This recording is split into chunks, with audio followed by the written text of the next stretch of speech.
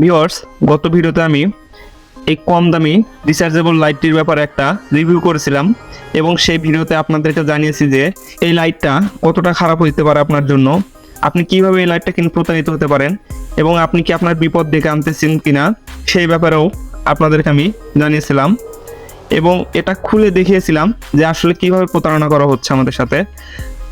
তো ওই ভিডিও শেষে আমি আপনাদেরকে বলেছিলাম যে এই কম দামি লো কোয়ালিটির এই লাইটটাকে আমি একটা সেফ এবং হাই কোয়ালিটির লাইট বানিয়ে দেখাবো। তো আজকের ভিডিওতে আপনি জানতে পারবেন যে কিভাবে এই লো কোয়ালিটির লাইটটাকে আমি হাই কোয়ালিটির একটা লাইটে পরিণত করি এবং আরও জানতে পারবেন কি কি পার্টসপাতি অ্যাড করতে হবে এই লাইটটিকে হাই কোয়ালিটিতে রূপান্তর করতে। হয়তো ভিডিওটার দৈর্ঘ্য একটু বড় হতে পারে, কিন্তু পুরো ভিডিওটি যদি আপনি মনোযোগ সহকারে দেখেন তাহলে অবশ্যই আপনি খুব সহজে বুঝতে পারবেন এইখানে কি কি পার্টস আমি ব্যবহার করেছি। তো প্রথমেই আমাদের প্রয়োজন হবে এরকম একটা 3.7 ভোল্টের বিএমএস সার্কিট।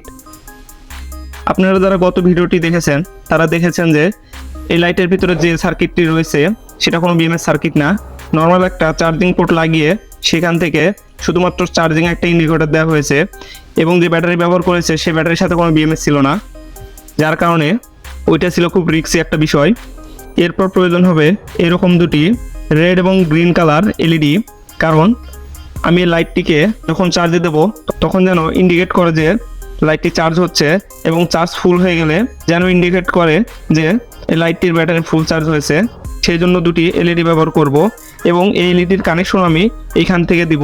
এই বিএমএসটির সাথেই দুটি এলইডি রয়েছে, এখানে একটা রেড এবং ব্লু এলইডি রয়েছে যেগুলো একটা চার্জে দিলে শো করে যে চার্জ হচ্ছে এবং অন্যটি শো করে যখন ব্যাটারিটির চার্জ ফুল হয়ে যায়। এরপর প্রয়োজন হবে এর মেইন উপাদান অর্থাৎ এর ব্যাকআপ হিসেবে আমি এই ধরনের লিথিয়াম আয়ন ব্যাটারি ব্যবহার করব। এই ব্যাটারিগুলো 1865 ব্যাটারি নামে পরিচিত। এই ব্যাটারিগুলো আমি খুব অল্প দামে কালেক্ট করেছি, সম্ভবত 4টা ব্যাটারি আমার 80 থেকে 90 টাকা পড়েছে। এখান থেকে আমি 2টা ব্যাটারি ব্যবহার করব কারণ এই লাইটের জন্য 2টা ব্যাটারি এনাফ। আর এই ব্যাটারিগুলো কিভাবে কালেক্ট করবেন সেই সম্পর্কে আমার একটা বিস্তারিত ভিডিও দেওয়া আছে, যারা ভিডিওটি দেখেননি চাইলে ডেসক্রিপশন বক্সে লিঙ্ক দেওয়া আছে, সেখান থেকে দেখে আসতে পারেন। আমি আমার লাইটটির সাথে আরেকটা অ্যাডিশনাল জিনিস যোগ করেছি, সেটা হচ্ছে একটা মিনি পাওয়ার ব্যাংক সার্কিট। এটা আমার ইমার্জেন্সি সময়ে খুব হেল্প করবে। তো চলুন এবার লাইটটি খুলে ফেলি এবং সার্কিট, ব্যাটারি এবং যাবতীয় অংশ সংযোগ দেওয়া শুরু করে দিই। কাজ শুরু করার আগে আপনাদের কাছে আমার একটা রিকোয়েস্ট, যদি ভিডিওটা ভালো লাগে তাহলে অবশ্যই আমার চ্যানেলটি সাবস্ক্রাইব করবেন, আর যারা ফেসবুক পেজ থেকে দেখছেন তারা অবশ্যই আমার ফেসবুক পেজটিকে ফলো দিয়ে রাখবেন। এই লাইটের অন অফ সুইচটা আমি রেখে দিব এবং চার্জিং পোর্টটাও রেখে দিব।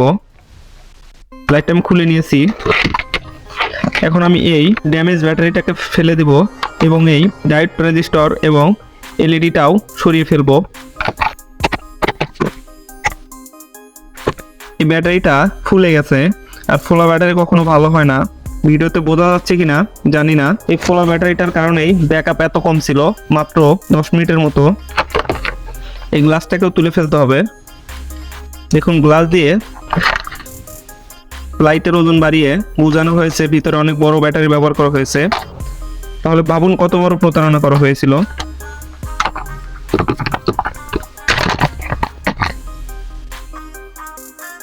দেখুন কত বড় একটা গ্লাস ব্যবহার করা হয়েছিল। দেখুন এখান থেকে আমি ভ্যালুলেস এই পার্টসগুলো সরিয়ে ফেলেছি, শুধুমাত্র চার্জিং পোর্টটা রেখেছি এবং সুইচটা রেখেছি। এখন আমি পাওয়ার ব্যাংক সার্কিট এবং এই ইন্ডিকেটর এলইডি দুটো এই কেসিংয়ের সাথে ফিট করার জন্য এই কেসিংয়ে ফুটো করে নেব। পাওয়ার ব্যাংকটির ইউএসবি পোর্ট এবং ব্যাটারি চার্জিং এবং ফুল চার্জ ইন্ডিকেটরের এলইডির জন্য আমি এই ফুটো দুটো করে নিয়েছি।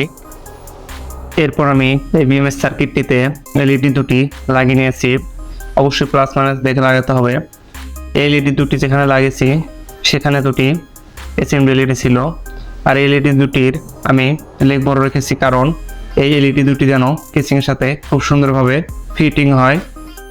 এরপর ব্যাটারি দুটোকে প্যারালালে কানেকশন করে পজিটিভ এবং নেগেটিভ সাইডে দুটি করে তার লাগিয়ে নিয়েছি।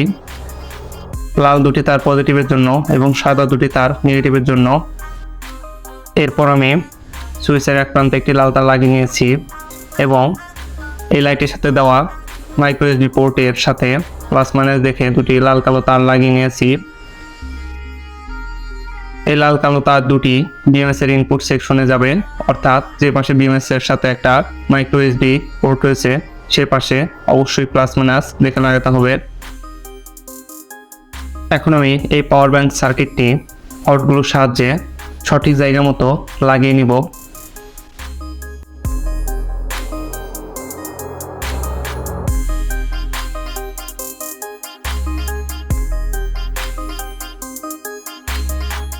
একইভাবে ব্যাটারি দুটিকে লাইটের ভিতর ফিট করার জন্য হট গ্লু ব্যবহার করে লাগিয়ে নিব।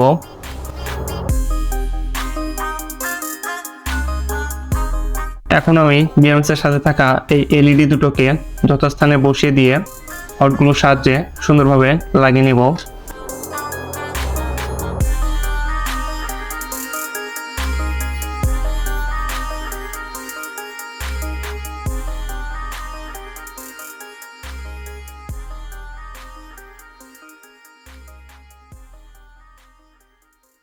বিএমএস সার্কিটটিকে একটু বাঁকিয়ে নিয়েছি, এতে করে কানেকশন দেওয়া সহজ হবে। এরপর আমি কানেকশনগুলো দিয়ে নিব।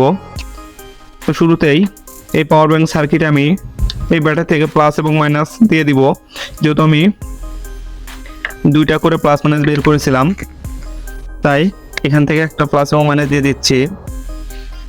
অবশ্যই প্লাস মাইনাস দেখে লাগাবেন।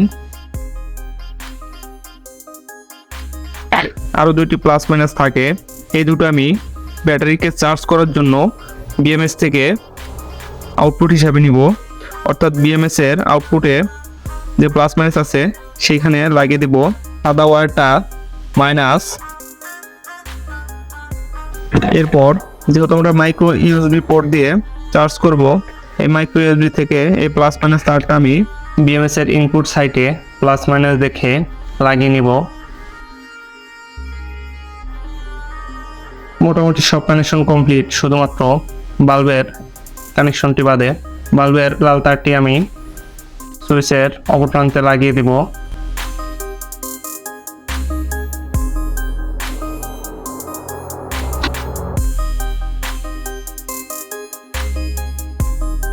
এবং কালো তারটি ব্যাটারির নেগেটিভ প্রান্তের যে কোনো এক জায়গায় লাগিয়ে দেব।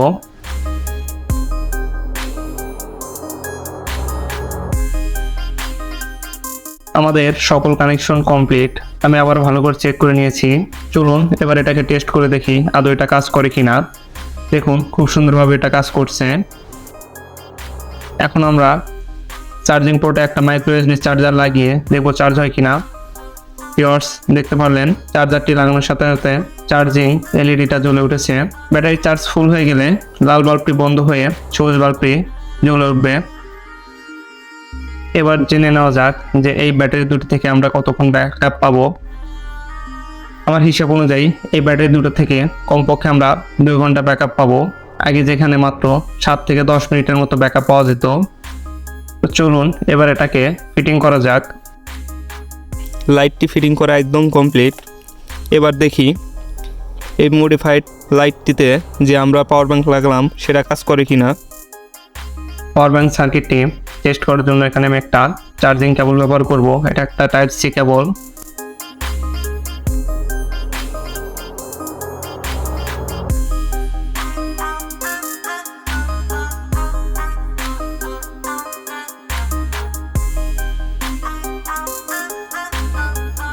দেখুন কেবলটি মোবাইলের সাথে লাগানোর সাথে সাথে দেখাচ্ছে চার্জিং, তার মানে এটি কাজ করছে।